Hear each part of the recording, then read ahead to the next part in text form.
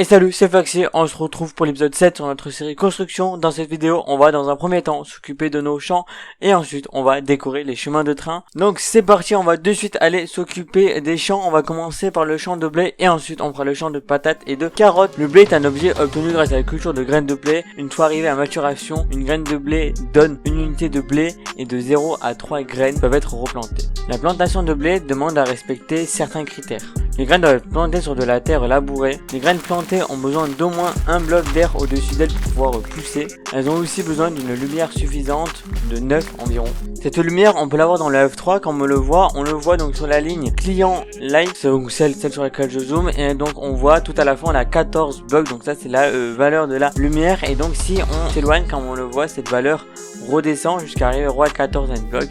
Mais comme vous voyez, dès que je bouge et je m'éloigne, ça descend. Et pour que le blé pousse efficacement, cette valeur ne doit pas être inférieure à 9. Et donc là, quand vous voyez par exemple ici, si je prends un truc au pif, je suis à 8. Donc ici, sur ce bloc là, le blé va pousser plus lentement, mais il pousse quand même. Sur celle-là, par exemple, je suis à 7, 6, 5, 4. Il faudrait du coup, pour que mon champ de blé boucle plus rapidement, que je rajoute des torches dans ce champ là, qui aideraient à la pousse du blé. C'est d'ailleurs pour ça que lui d'ailleurs, il n'a pas fini de pousser. Je vous mets une image qui montre l'évolution de la croissance du blé. Donc des graines qui viennent d'être plantées jusqu'au blé adulte. Donc le blé, une fois mûr, il peut être récolté de plusieurs façons. En le piétinant, donc en sautant dessus, donc comme ceci. Cette méthode est cependant peu utilisée car la terre sur laquelle on l'a sauté juste ici n'est plus labourée. En le frappant avec main nue ou n'importe quel outil, comme je le fais depuis le début. Donc le blé, il peut être bien sûr utilisé en tant que nourriture indirecte via la fabrication de cookies avec du blé et de la fève de cacao comme on en a juste ici. On peut aussi faire un gâteau avec du lait, du sucre, un œuf et du blé, donc c'est ce qui demande le plus. Mais aussi bien sûr on peut faire du pain comme je me nourris en ce moment sur cette série avec 3 de blé, c'est ce que moi je fais le plus.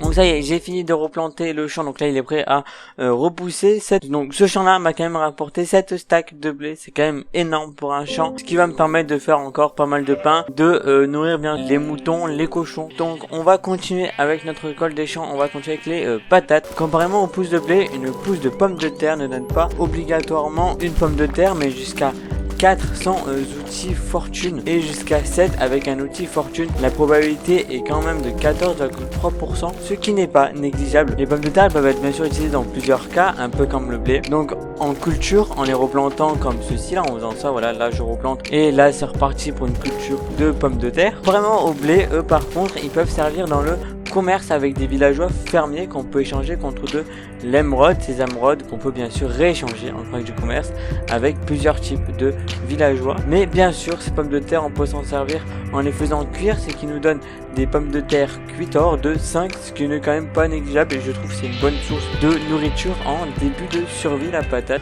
Donc avec ce champ de pommes de terre qui n'est pas hyper grand, on obtient quand même 7 stacks plus la moitié d'un stack sans utiliser d'outil fortune. Donc je pense qu'avec un outil fortune 3 on pourrait quand même atteindre facilement la ligne entière de pommes de terre. Et enfin on va passer à la dernière culture dont je voulais vous parler avant qu'on s'occupe de la laine et de décorer nos trains, tout ça je vais vous montrer. Les carottes est un aliment qui restaure de 3 de nourriture. Elles peuvent être plantées et cultivées ou bien être utilisées dans l'élevage de cochons et de lapins. Tout comme les patates, les carottes peuvent être utilisées dans le commerce avec les villageois fermiers, permet aussi d'avoir de l'émeraude.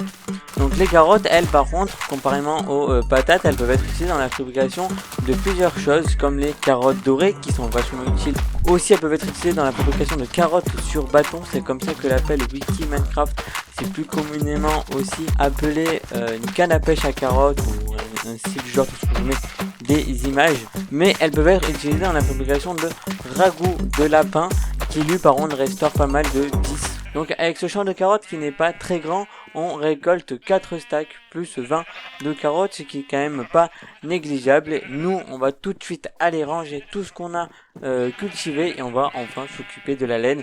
Je vais vous montrer ce qu'on va faire juste après et on va aussi parler de la laine, quand est-ce qu'elle a été ajoutée, tout ça. Ça va vraiment être ça qu'on va approfondir dans cette vidéo. Mais avant, je voulais un petit peu m'occuper de mes champs et j'en ai aussi profité pour vous parler un peu de ces 3 cultures principales de Minecraft. Donc les carottes, on va les mettre dans leur coffre qui est quand même bientôt plein. Les patates à cuire juste ici. Mais écoutez, j'ai pile poil assez de place, ça c'est parfait. Le blé, on va en faire pain parce que moi j'aime même nourrir de pain en ce là. On va se faire quand même un petit peu de pain avec le blé. Et le reste du blé, j'en ferai plus tard un peu pour les animaux, tout ça, que ça avant je vais m'en occuper hors vidéo parce que sinon ça va être une vidéo bien trop longue. Ok, donc moi j'ai fait passer la nuit, je vais aller choisir un peu les laines que je vais prendre pour décorer les chemins de train, tout ça, et je vais vous montrer exactement de quoi je parle. Donc on va bien sûr prendre de la laine blanche. Je vais aussi prendre, on va prendre de la laine gris clair, enfin gris et gris clair. On va prendre de la laine noire, marron non, vert, tout ça pas. Un peu de bleu, pourquoi pas. Jaune, allez. Bon, je vais prendre déjà ça un peu comme couleur et je vais vous montrer un petit peu qu'est-ce qu'on va aller décorer. Donc pour ça il faut se rendre dans notre petite gare et il faut se rendre sur le chemin QG des mines de Floc Citron de BG, donc c'est moi. Attention au terminus, donc là on redescend et quand on voyait, bon à partir donc là tout ça là on va le faire comme ça, mais à partir de là toute la descente et tout, on va la décorer avec de la laine. Donc moi j'ai juste démarré le replay mode, je vais voir un peu ce que je fais avec le replay mode, voir un peu ce que ça donne dans un endroit si exigu, mais donc du coup il y aura la partie là à faire, tout ça jusqu'au QG des mines à décorer. Je pense qu'on va plutôt démarrer par le bas. Voilà, nous on va démarrer du coup ici où c'est beaucoup plus joli pour vous montrer. Moi ce que j'avais pensé déjà c'était mettre le noir ici, ça c'est un exemple comme ça, le noir, le gris foncé ici, donc en fait ce qui se rapproche le plus du noir, mettre du blanc sur les murs comme ceci, donc voilà du blanc sur les murs et donc mettre bien sûr du bleu en haut, sauf que par contre là niveau hauteur ça me plaît pas, on va quand même garder un peu de hauteur, donc voilà 3 ce sera vraiment le minimum et donc enfin du bleu sur toute la hauteur. Voilà un petit peu ce que je voudrais faire ici comme déco. Après il y a pas que lui de tunnel à faire, il y en a encore plein d'autres, c'est pour ça que les autres couleurs je les garde un petit peu pour les autres. Pourquoi pas la monter, la faire d'une autre couleur. Moi je trouve ça franchement assez sympa, dites-moi en commentaire ce que vous en pensez. Et pendant que je fais tout ça, je vais vous parler de ce que nous dit le wiki Minecraft sur la laine. La laine est un bloc issu des moutons qui peut être teint avec 16 colorants différents. 1 à 3 blocs de laine sont récoltés en utilisant des cisailles sur un mouton adulte. La laine récoltée sera de la même couleur que la laine du mouton. Bon, ça, c'est logique. Le nombre de blocs de laine récoltés n'est pas affecté par les enchantements fortune et butin. Seuls les blocs de laine blanc, gris clair, gris, noir, marron et rose peuvent être trouvés naturellement sur les moutons. Les autres couleurs de laine nécessitent de teindre le mouton au préalable. Mais la laine, on peut aussi la fabriquer grâce à 4 ficelles qui donnent un bloc de laine blanche et que l'on peut ensuite teindre de la couleur de notre choix dans une table de craft grâce à des colorants. La laine a plusieurs utilisations. On peut s'en servir en déco comme on le fait actuellement, mais on peut aussi faire des bannières, des lits, des tableaux, des tapis. Mais la laine a aussi une utilité peu connue. On peut l'utiliser en tant que carburant dans les fourneaux permettant de cuire 0,5 objets par bloc de laine. Ce qui est très peu, je suis d'accord. Et enfin, on peut utiliser la laine dans le commerce avec les villageois bergers qui peuvent proposer l'achat de 18 blocs de laine blanche, gris, marron ou noir contre une émeraude.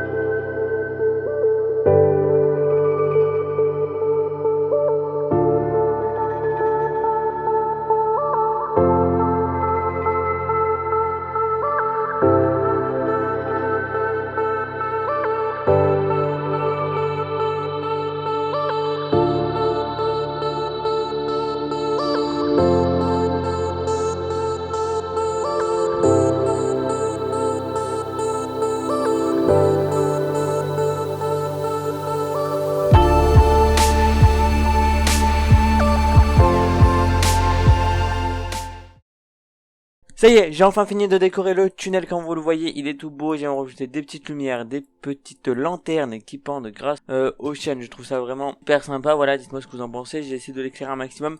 J'espère que cette vidéo là vous aura plu, j'espère que vous avez appris des trucs sur la laine. Moi personnellement j'en ai appris un maximum concernant les prochaines vidéos sur la série construction. On va aussi faire des constructions ailleurs que dans notre base. Vous verrez bien dans la prochaine vidéo ce qu'on va faire. On va aussi bien sûr découvrir toutes les nouveautés qui ont été faites sur ce serveur et j'espère d'ailleurs qu'elles vous plairont. J'avance super bien un peu de partout, on ira faire un petit tour en début de vidéo. Et aussi je vous montrerai un petit peu tous les travaux encore qu'il y a à faire à la base. Mais c'est pas de ça qu'on va se préoccuper dans la prochaine vidéo. Voilà, on va vraiment aller construire autre chose d'encore plus grand, encore plus fou. Bien sûr, je continuerai à avancer tout ça parce qu'il y a encore de longs tunnels à faire. Bon, là-bas c'est les mines, il y a encore lui à décorer. Il y en a encore plein d'autres, il y a encore la montée là-bas que j'ai pas faite. Avant de vous quitter, n'hésitez pas à aller voir dans la description mes réseaux sociaux, que ce soit Instagram ou Twitter.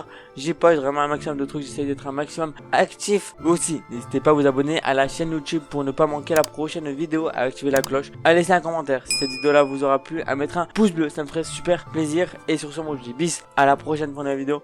Allez, ciao les amis.